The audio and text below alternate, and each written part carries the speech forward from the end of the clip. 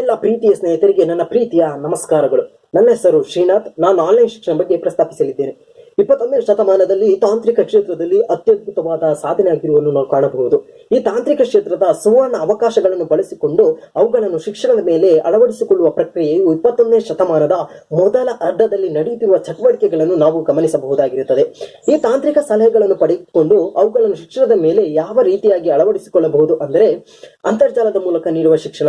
ಇದರಿಂದಾಗಿ ನಮ್ಮ ವಿದ್ಯಾಭ್ಯಾಸದ ಗುಣಮಟ್ಟವನ್ನು ಹೆಚ್ಚಿಸಿಕೊಳ್ಳಬಹುದು.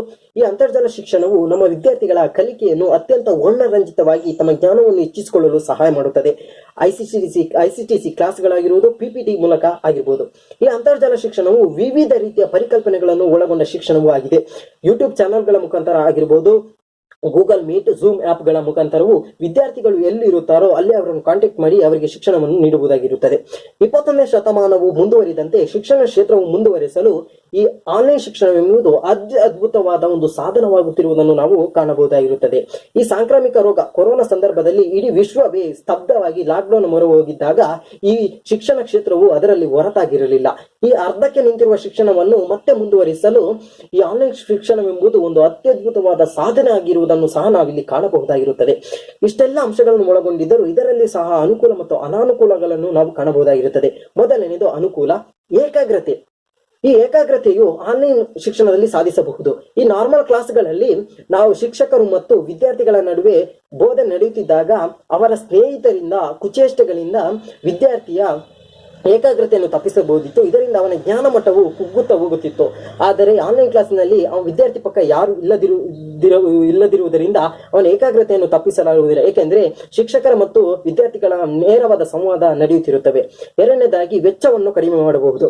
ವಿದ್ಯಾರ್ಥಿಯು ತನ್ನ ಶಿಕ್ಷಣ ಕ್ಷೇತ್ರಕ್ಕೆ ಹೋಗಲು ಸಾರಿಗೆ ವೆಚ್ಚ ಆಗಿರ್ಬೋದು, ಮತ್ತು ಹಾಸ್ಟೆಲ್ ವೆಚ್ಚ ಆಗಿರ್ಬೋದು, PG ವೆಚ್ಚವಾಗಿರ್ಬೋದು, ಮತ್ತು ದಿನನಿತ್ಯದ ಖರ್ಚು ವೆಚ್ಚವಾಗಿರ್ಬೋದು, ಇವುಗಳನ್ನು ಈ ಆನ್ಲೈನ್ ಎಂಬುದು ನಿಲ್ಲಿಸಿದೆ ಅಂತ ಹೇಳ್ಬೋದು. ಏಕೆಂದರೆ ಇದರಿಂದ ಅವರ ಪೋಷಕರಿಗೆ ಒಂದು ಆರ್ಥಿಕ ಅಳಿಲು ಸೇವೆಯಾಗಿ ಇದನ್ನ ರೂಪುಗೊಂಡಿರುವುದು ಸಹ ನಾವು ಕಾಣಬಹುದಾಗಿರುತ್ತದೆ.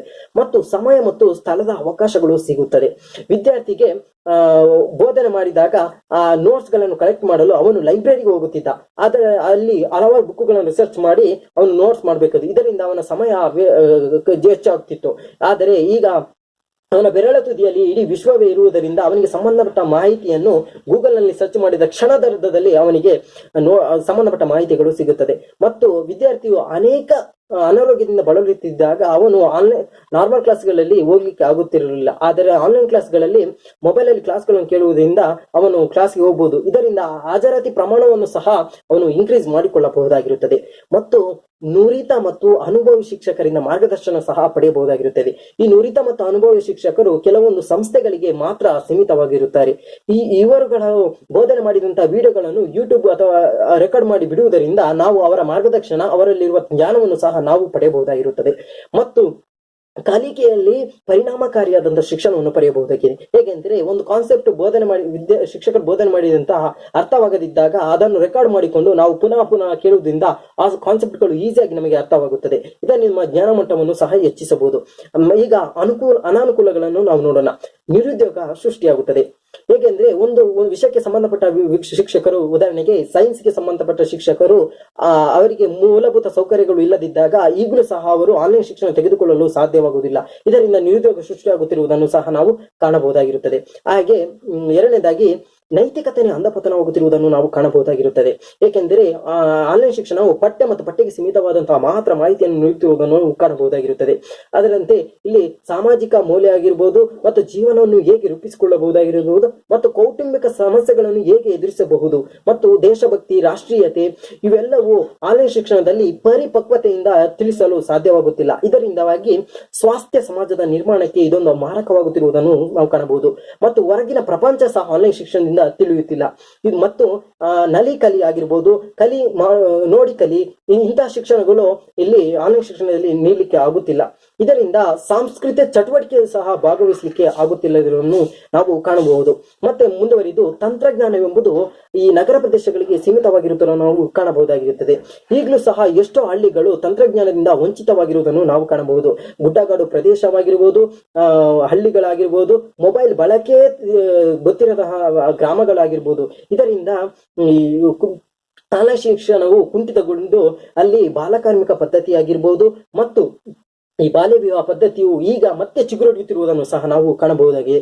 ಇದರಿಂದ ಮತ್ತೆ ಈ ನಗರ ಪ್ರದೇಶದಲ್ಲಿ ಸಾಕ್ಷರತೆ ಪ್ರಮಾಣವು ಜಾಸ್ತಿ ಆಗುತ್ತಾ ಹೋಗುತ್ತದೆ ಮತ್ತು ಹಳ್ಳಿಗಳಲ್ಲಿ ಸಾಕ್ಷರತೆ ಪ್ರಮಾಣ ಕಮ್ಮಿ ಆಗುತ್ತಾ ಹೋಗುತ್ತಿರುವುದನ್ನು ನಾವು ಕಾಣಬಹುದಾಗಿರುತ್ತದೆ. ಮತ್ತೆ ಈ ಪರದೆಯ ಮೇಲೆ ಕೇಂದ್ರೀಕರಿಸಲು ಸಾಧ್ಯವಾಗುವುದಿಲ್ಲ. ಏಕೆಂದರೆ ಜಾಸ್ತಿ ಹೊತ್ತು ಮೊಬೈಲ್ ನೋಡಿದಾಗ ನಮ್ಮ ಕಣ್ಣಿನ ಪ್ರಾಬ್ಲಮ್ಗಳು ಸೃಷ್ಟಿಯಾಗಬಹುದು. ಇದನ್ನು ಪೋಷಕರು ಅರಿತಿರುತ್ತಾರೆ. ಇದನ್ನು ಅವರು ತಮ್ಮ ಮಕ್ಕಳ ಭವಿಷ್ಯದ ಮೇಲೆ ಪೆಟ್ಟು ಬೀಳುತ್ತದೆ ಎಂದು ತಿಳಿದು ಅವರು ಜಾಸ್ತಿ ಹೊತ್ತು ಮೊಬೈಲ್ ನೋಡ್ಲಿಕ್ಕೆ ಬಿಡುವುದಿಲ್ಲ. ಇಷ್ಟೆಲ್ಲ ಅನಾನುಕೂಲಗಳು ಇದ್ದರೂ ಆನ್ಲೈನ್ ಶಿಕ್ಷಣವು 21ನೇ ಶತಮಾನದಲ್ಲಿ ಮಹತ್ವಪೂರ್ಣವಾದ ಸಾಧನೆಯಾಗಿ ಹೊರಹೊಮ್ಮುತ್ತಿರುವುದನ್ನು ಸಹ ನಾವು ಕಾಣಬಹುದು. ಏಕೆಂದರೆ ಈ ಸಾಂಕ್ರಾಮಿಕ ರೋಗದ ಸಂದರ್ಭದಲ್ಲಿ ಇಡೀ ವಿಶ್ವವೇ ಸ್ತಬ್ಧವಾಗಿದ್ದಾಗ ಶಿಕ್ಷಣವು ನಿಂತಿತ್ತು. ಈ ಅರ್ಧಕ್ಕೆ ನಿಂತಿರುವ ಶಿಕ್ಷಣವನ್ನು ಮತ್ತೆ ಮುಂದುವರಿಸಲು ಒಂದು ಅತ್ಯದ್ಭುತವಾದ ವೇದಿಕೆಯಾಗಿ ಸಹ ನಾವು ರೂಪುಗೊಂಡಿರುವುದನ್ನು ಕಾಣಬಹುದಾಗಿರುತ್ತದೆ. ಈ ಅಂಶವನ್ನು ಹಂಚಿಕೊಳ್ಳಲು ವೇದಿಕೆ ಮಾಡಿಕೊಟ್ಟ ಈ ಸಂಸ್ಥೆಗೆ ನನ್ನ ಹೃತ್ಪೂರ್ವಕವಾದ ಧನ್ಯವನ್ನು ಅರ್ಪಿಸುತ್ತಾ ನನ್ನ ಮಾತನ್ನು ಮುಗಿಸುತ್ತಿದ್ದೇನೆ.